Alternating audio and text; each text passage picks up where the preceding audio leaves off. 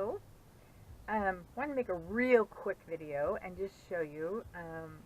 I was talking with my lawn guy about putting, I don't know what they're called, I'll just show you, on the back of my trail Manor.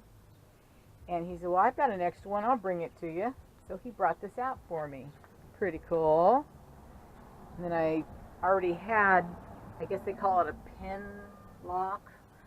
I don't even know if you can see that. Anyway, it's locked on there with a key so it can't get taken off.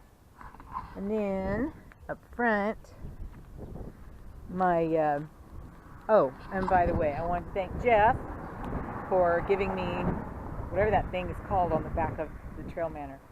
And then my neighbor Larry was over here and he was telling me that I needed to lock my propane tanks on. So I did that just like he said. Where is it? And put it on there with a master lock so that those cannot be taken off.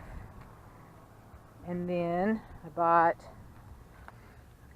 I guess it's called a hitch lock. Eventually I'll learn the names for all this stuff, but yeah, so somebody can't just drive off with it. And then I put my car in front of it to make it even harder.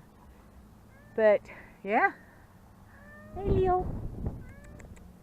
Anyway, so everything is all locked up and secure and should be okay while I'm gone. Hi, baby. Anyway, so that's what's happening today. I told you it was going to be a quick, short one. Those two propane tanks I'm going to put back in the shed. I may end up putting one of them on this rack thing along with the generator. Oh, the generator! I didn't tell you.